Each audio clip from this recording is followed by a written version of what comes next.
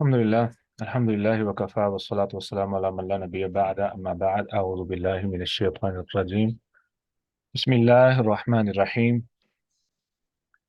الذين يؤمنون بالغيب ويقيمون الصلاة ومما رزقناهم ينفقون والذين يؤمنون بما أنزل إليك وما أنزل من قبلك وبالآخرة هم يوقنون.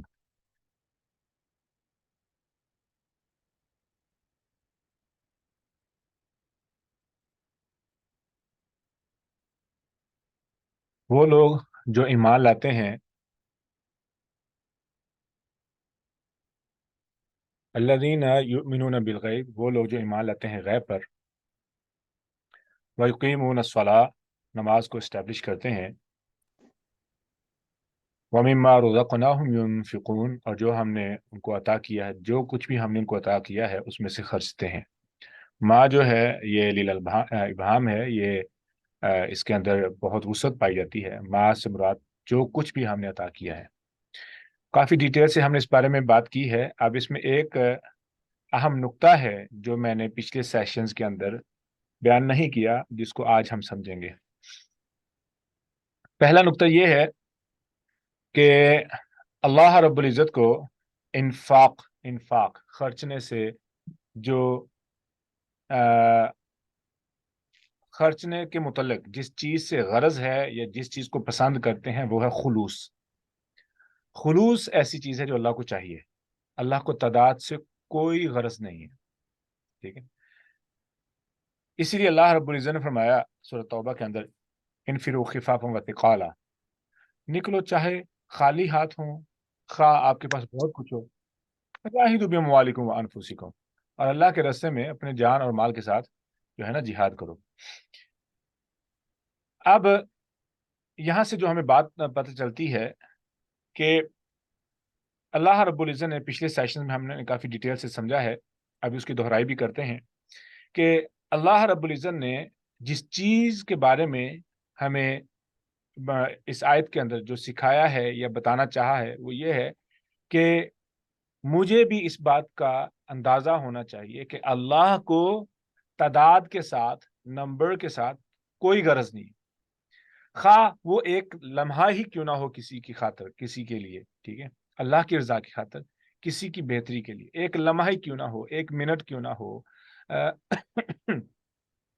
ایک روپے کیوں نہ ہو، ایون کہ ایک شیئر کیوں نہ ہو، یعنی کسی چیز کو آپ شیئر کرتے ہیں اسی لیے کہ آپ اللہ رب العزت کا پیغام آپ سے بہتر یا آپ نے جو ریکارڈ کیا ہے وہ کسی تک پہنچ جائے، وہ ایک لمحے کی ایک موومنٹ، ایک حرکت، ایک لفظ، ایک کچھ بھی ایسی چیز ہے جو کسی تک پہنچ جائے اور کسی کے لیے فائدہ مند بن جائے، تو یہ بھی جو ہے نا اللہ رب العزت کو اتنا ہی پسند ہے جتنا کہ ایک صاحب استطاعت ایک بہت بڑی اماؤنٹ اللہ کی راہ میں خرچ کرے۔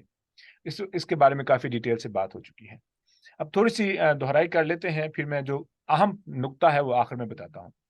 یہ کون آئے گا اور بتائے گا کہ ہم نے پچھلی آیات کے اندر کیا سیکھا ہے اب تک، یعنی الذین یؤمنون بالغیب ویقیمون الصلاۃ ومما رزقناہم ينفقون، اس آیت کے اندر ہم نے کیا کچھ سیکھا ہے؟ جی کون آئے گا میدان میں؟ سر ایک چیز جو آپ نے بتائی تھی وہ یہ تھا کہ شکر کیا ہے، وہ یہ ہے کہ جو اللہ تعالیٰ نے نعمتیں مجھے دی ہیں اس کو ویسے ہی استعمال کرنا ہے جیسے اس کو استعمال کرنے کا حق ہے۔ ماشاءاللہ، یہ بھی شکر کی ایک قسم ہے، ماشاءاللہ، بہت پیارا پوائنٹ ہے۔ جی اس کے علاوہ کوئی؟ Give me just one point. وَمِمَّا رَزَقْنَاهُمْ يُنْفِقُونَ کے بارے میں، نماز کے بارے میں، ٹھیک ہے، یا ایمان بالغیب کے بارے میں؟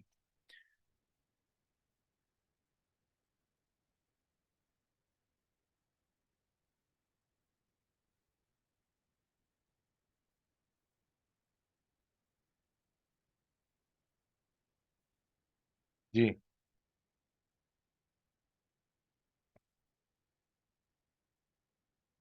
آواز آ رہی ہے سب کو میری؟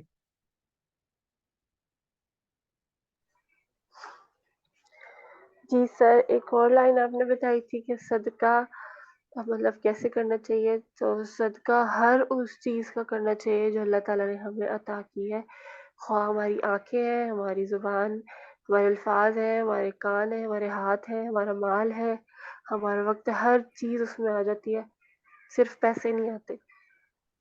ہاں، صرف پیسے ہی نہیں بلکہ ہر وہ چیز جو اللہ تعالیٰ نے عطا کی ہے۔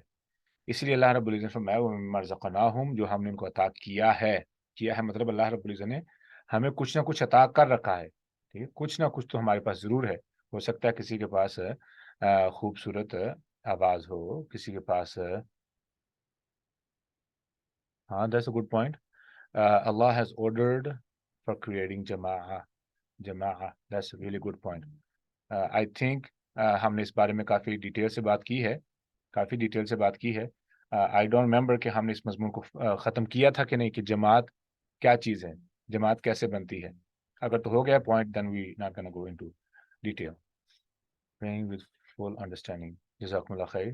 جی، یعنی توجہ کے ساتھ، آپ کو پتا ہونا چاہیے آپ کیا کہہ رہے ہیں۔ ہاں جی، ہاں، آج نا مجھے ایک ذہن میں ایک بات آئی، بڑی پیاری بات آئی کہ عاجزی و انکساری کیا چیز ہے؟ عاجزی و انکساری کیا چیز ہے؟ امیجن کہ موبائل کی آپ جب کال ملاتے ہیں، تو آپ کی یہ امید ہوتی ہے کہ آپ کو آواز کلیئر آئے، کسی قسم کا شور نہ ہو، اور وہ جو کال کا جو پروسیس ہے اس hidden, we can't see that, it's a really technical point. یہ میں غلط بھی ہو سکتا ہوں، یہ جو ہے نا اچانک میرے ذہن میں بات آئی ہے اور اٹ میک سینس۔ اچھا، اب فون کال کے دوران ہم نہیں چاہتے کہ کسی قسم کا شور ہو، کسی قسم کا جو ہے نا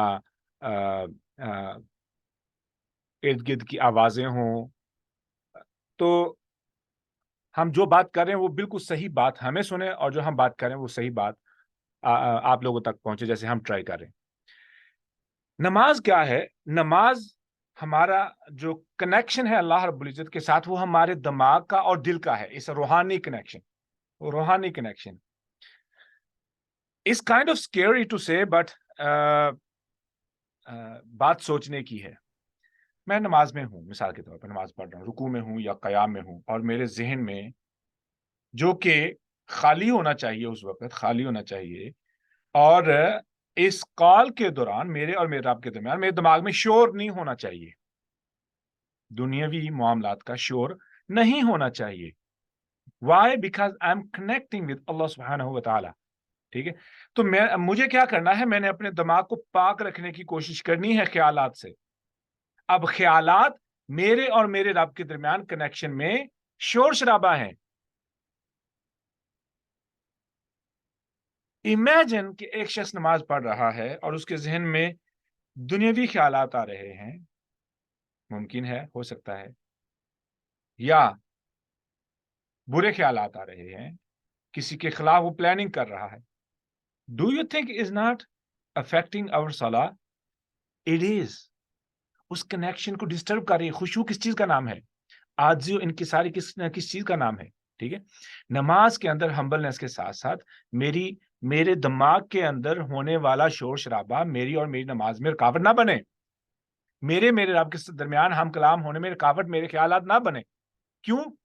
یہ ایک روحانی کنیکشن ہے، تو روحانی جو کنیکشن ہے اس کے اندر میرے خیالات پرابلم بن سکتے ہیں، میرے دنیاوی خیالات پرابلم بن سکتے ہیں، یہ ڈسٹورشن بن سکتے ہیں، شور شرابے کا سبب بن سکتے ہیں۔ تو مجھے کیا کرنا ہوگا؟ I have to purify my mind honestly۔ جیسے نماز کے لیے جگہ کا پاک ہونا ضروری ہے، لباس کا پاک ہونا ضروری ہے، خوراک جو ہم کھاتے ہیں وہ پاک ہونا ضروری ہے، حتیٰ کہ ہمارے خیالات تک پاک ہونے چاہیے۔ اللہم انی اعوذ بک من منکرات الاخلاق والاعمال والاہواء، یہ دعا ہے باقاعدہ طور پر رسول اللہ صلی اللہ علیہ وسلم نے سکھائی۔ اے اللہ، میں تجھ سے پناہ مانگتا ہوں من منکرات الاخلاق، برے اخلاق سے، والاعمال، برے عملوں سے، والاہواء، برے خیالات سے۔ ہوا کیا چیز ہے؟ ہوا، یہ لفظ ہوا، ایسے خیالات جو آتے جاتے رہتے ہیں، بہت زیادہ آتے جاتے رہتے ہیں، برے بھی ہو سکتے ہیں، غلیظ بھی ہو سکتے ہیں، ٹھیک ہے، دنیا کے بارے میں ہو سکتے ہیں۔ تو یہ پناہ مانگی گئی، کیوں؟ من منکرات الاخلاق والاعمال والاہواء، میں نماز کے اندر کھڑا ہوں اور میری نماز کے اندر جو ہوائیں چل رہی دماغ کے اندر، ہوائیں، منکر ہوائیں، وہی لفظ جو میں نے من منکرات الاخلاق والاعمال والاہواء، میں نے یہی سے ہوا لیا ہے. ہوا بیسیکلی ہماری جو جسے ہم ہوا بولتے ہیں اردو میں، یہ لفظ وہیں سے آیا ہے. ایک جھونکا جو آتا جاتا رہتا ہے. آپ باہر بیٹھ جائیں، آپ کو ہوا اس طرف سے آ رہی ہے، اس طرف سے آ رہی ہے، پتہ نہیں خیال کس طرف سے آ رہا ہے. کوئی اس طرف سے آ رہا ہے، کوئی اس طرف سے آ رہا ہے، کوئی ماضی کا ہے، کوئی مستقبل کا ہے، کوئی کسی کا ہے، کوئی کسی کا ہے. تو دیٹ از کالڈ ہوا. ٹھیک ہے. اب ان خیالات سے اپنے آپ کو کنٹرول کرنا کیا ہوگا؟ میرا کنیکشن اللہ کے ساتھ کلیئر ہوگا. اب میں یہ بھی کہوں کہ میرا اللہ کے ساتھ خشوع کے ساتھ اللہ کے ساتھ میرا احسان جیسا تعلق بھی ہو، اور خیالات میں دنیا پوری چل رہی ہو. That's not gonna work. In order to have a very clear connection with Allah subhanahu wa ta'ala, I need to clear my mind. In order to clear my mind, I need to know what I think about during my salah. مجھے سوچنا پڑے گا میں نماز میں کن چیزوں کے بارے میں سوچتا ہوں. جی السلام علیکم. وعلیکم السلام. بہت آپ نے اچھا پوائنٹ یہ کہا، اور یہ واقعی میں ایسا ہوتا ہے کہ دنیا کی تمام بھولی ہوئی چیزیں ایک دم نماز میں یاد آتی ہیں، چاہے شیطان کی طرف سے یا اپنے نفس کی کمزوری ہے اس سے، اور پھر چاہے نماز کے بعد وہ بھول بھی جائے وہ کام، لیکن وہ کام پتہ نہیں اسی ٹائم ہی پہ کیوں شیطان دماغ میں ڈالتا ضرور ہے کہ آدمی ڈسٹرب ہو جائے، اور اسی میں لگ جاتا ہے، پورا سوچ رہا ہے، تو خشوع خضوع ہی ختم ہو جاتا ہے. جی یہ بات اکثر ہوتی ہے. بالکل ٹھیک ہے. مثال کے طور پر ایسے سمجھیں، آپ کسی محفل میں گئے. اب اس کو مزید میں کلیئرفائی کرتا ہوں. آپ کسی محفل میں گئے، وہاں پہ اتنا شور شرابہ ہے، اتنا شور شرابہ ہے، نہ کوئی آپ سے بات کر سکتا ہے، نہ آپ کسی سے بات کر سکتے. How long you will stay there? Not much. آپ تنگ آ جائیں گے، آپ باہر نکلنا پسند کریں گے. کیوں نماز میں اکتاہٹ محسوس ہوتی ہے؟